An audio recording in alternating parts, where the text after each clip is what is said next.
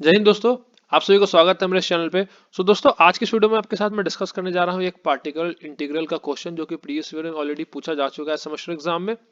दोस्तों, क्वेश्चन में तो यही है ना कि सिर्फ हमें पार्टिकुलर इंटीग्रल फाइंड करना है, बट हम इसका कॉम्प्लीमेंट्री फंक्शन भी फाइंड कर सकते हैं जिसको हम सी एफ बोलते हैं, एंड पार्टिकुलर इंटीग्रल को हम बेसिकली पी आई बोलते हैं। पहले हम देखते हैं इसका हम सी एफ कैसे फाइंड करेंगे। उसके बाद हम फिर जो क्वेश्चन में पूछा गया है जो कि है पार्टिकुलर इंटीग्रल, उसको हम फाइंड करेंगे। एंड गाइज, अगर आपको और भी प्रीवियस क्वेश्चंस के वीडियोस देखने हैं तो वो ऑलरेडी चैनल पे अपलोडेड है। आपको उन वीडियोस का जो प्लेलिस्ट का लिंक है इसी वीडियो के डिस्क्रिप्शन बॉक्स में मिल जाएगा। वहां से जाकर आप देख सकते हैं। एंड इन टॉपिक्स को अगर आपको डिटेल में पढ़ना होगा तो उनके भी प्लेलिस्ट ऑलरेडी अपलोडेड है। आप वहां से जाकर उन वीडियोस को देख सकते हैं डिटेल में। वहां पे भी मैंने इन टॉपिक्स के साथ साथ कुछ एग्जाम्पल्स को भी डिस्कस किए हैं, क्वेश्चंस को भी डिस्कस किए हैं। वहां से आपको आइडिया लग जाएगा कि जो भी कॉन्सेप्ट होता है उनको हम कैसे क्वेश्चंस में इंप्लीमेंट करते हैं। दोस्तों, हम पहले फाइंड करते हैं सी एफ। सो इस टाइप से क्वेश्चंस को सॉल्व करने के लिए आपको एक चीज पता होना चाहिए कि हम यहाँ पे D square Y upon D X square है। बेसिकली हम D square Y upon D X square को हम रिप्रेजेंट करते हैं यहाँ पे कैपिटल डी स्क्वायर से। और सॉरी, यहाँ पे वाई नहीं आता, सिर्फ आएगा d square upon D X square को। तो अगर यहाँ पे वाई भी है तो ये हो जाता है D square into Y. And D upon D X को हम रिप्रेजेंट करते हैं कैपिटल डी से। अगर हम इस इक्वेशन को इस फॉर्म में चेंज करें कैपिटल डी के फॉर्म में, क्या हो जाएगा, यहाँ से हो जाएगा D square into Y minus three D into Y plus two Y is equal to cos H X. और यहां से हमें क्या करते हैं, ऑक्सिलरी इक्वेशन फाइंड करते हैं। वो क्या होता है, यहां से हम क्या करेंगे, D square minus three D plus two, और y हम कॉमन ले लेंगे तो ये क्या बन जाएगा, ये बन जाएगा हमारे पास cos एच एक्स। बेसिकली हमें इस वाले इक्वेशन को जो y के साथ मल्टीप्लाई में होता है इसको हमें जीरो के इक्वल पुट करना होता है। एंड वहां से हम रूट्स फाइंड करते हैं। उसके बाद हम क्या करते हैं, कॉम्प्लीमेंट्री फंक्शन का इक्वेशन लिखते हैं। क्या हो जाएगा, D square minus three D plus two is equal to zero. यहाँ पे इस इक्वेशन को हम अगर यहाँ पे रूट्स फाइंड करना है तो यहाँ पे अगर हम अप्लाई करें मिडल टर्म स्प्लिट तो ये क्या हो जाएगा, D square minus two D minus D plus two is equal to zero. यहाँ से अगर हम फर्स्ट टू टर्म से डी कॉमन ले तो क्या बन जाएगा, D D minus two. And last two term से अगर माइनस वन कॉमन ले तो बन जाएगा D minus two is equal to zero. इसको हम लिख सकते हैं D minus one D minus two is equal to zero. यहाँ से जो डी के रूट्स आ गए वो क्या आ गए, वन कॉमा टू। अब यहाँ पे जो दोनों रूट्स हैं, ये एक पहले पॉइंट के दोनों रियल है एंड दोनों डिफरेंट है। यहाँ से जो कॉम्प्लीमेंट्री फंक्शन का इक्वेशन हो जाएगा वो हो जाएगा c f is equal to Y is equal to c one e की power x plus c one e की पावर टू एक्स। क्लियर है, ये हो गया कॉम्प्लीमेंट्री फंक्शन का इक्वेशन। अब बहुत बच्चों को डाउट होगा कि मैंने लिखा कैसे है यहाँ पे ई की पावर एक्स और ई की power two X. Guys, basically अगर जब जो रूट्स आते हैं अगर वो रूट्स दो या दो से ज्यादा भी हो, अगर वो रियल है डिफरेंट है, कॉम्प्लीमेंट्री फंक्शन का जो आंसर होता है उसको हम लिखते हैं y is equal to c one e की पावर, जो पहला रूट होगा, सपोज पहला रूट है m1 तो हो जाएगा m1 x, प्लस अगर एक और रूट है दूसरा रूट तो हो जाएगा c2 ई की पावर m2 x, प्लस अगर एक और रूट हो जाएगा तो c3 ई की power m3x and so on cn ई की पावर mnx। क्लियर है गाइस। इस तरह से अगर रूट्स अगर ये ध्यान रखिएगा, अगर रूट्स यहाँ पे रियल हो एंड डिफरेंट हो। अगर रूट्स इमेजिनरी होगा तो उस केस में कोई और इक्वेशन होता है, किसी और फॉर्म में हम कॉम्प्लीमेंट्री फंक्शन लिखते हैं। उसका वीडियो अपलोडेड है, आप जाकर उस वीडियो को देख सकते हैं, वहां से आपको आइडिया लग जाएगा। यहाँ से हमने सी ए फाइंड कर लिया। अब हम फाइंड करते हैं किसका, हम जो इक्वेशन है इसका हम पार्टिकुलर इंटीग्रल कैसे फाइंड करेंगे। क्लियर है।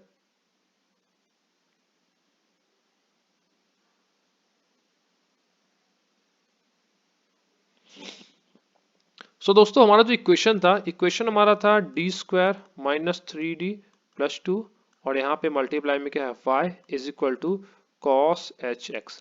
And guys, cos H X को हम इस फॉर्म में भी लिख सकते हैं, ई की पावर एक्स प्लस ई की power minus X by to.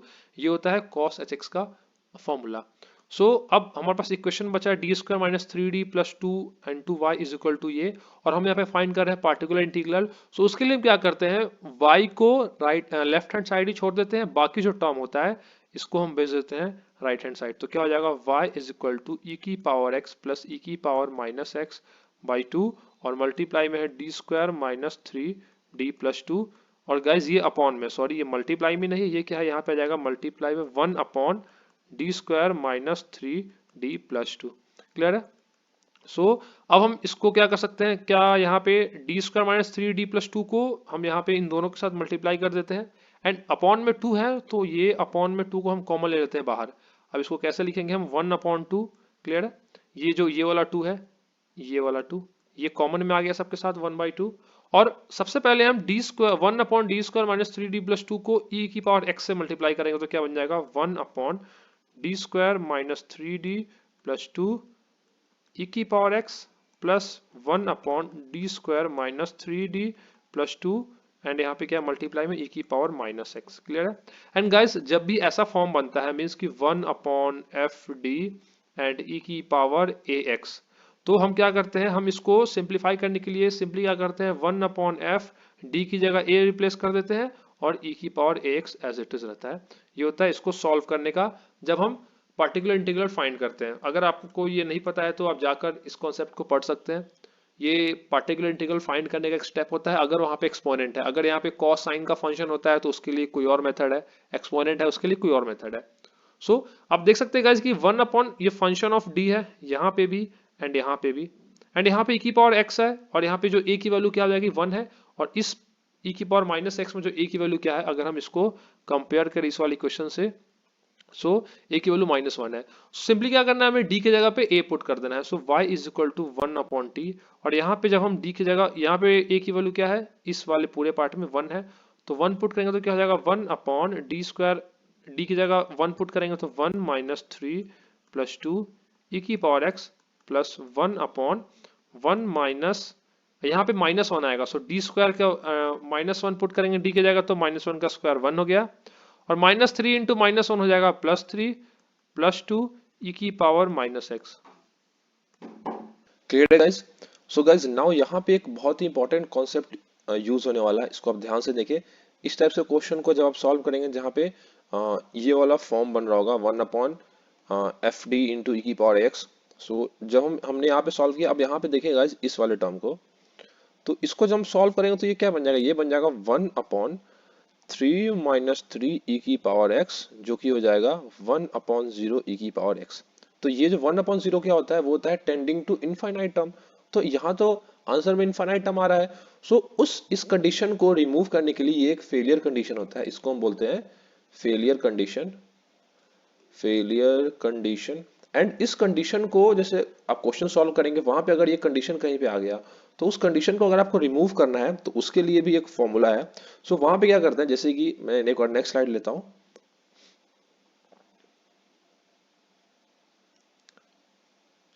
जैसे कि हमारा टर्म जो हमारा फॉर्म था इक्वेशन का वो कुछ ऐसा था, one upon function of d and e की पावर ए एक्स।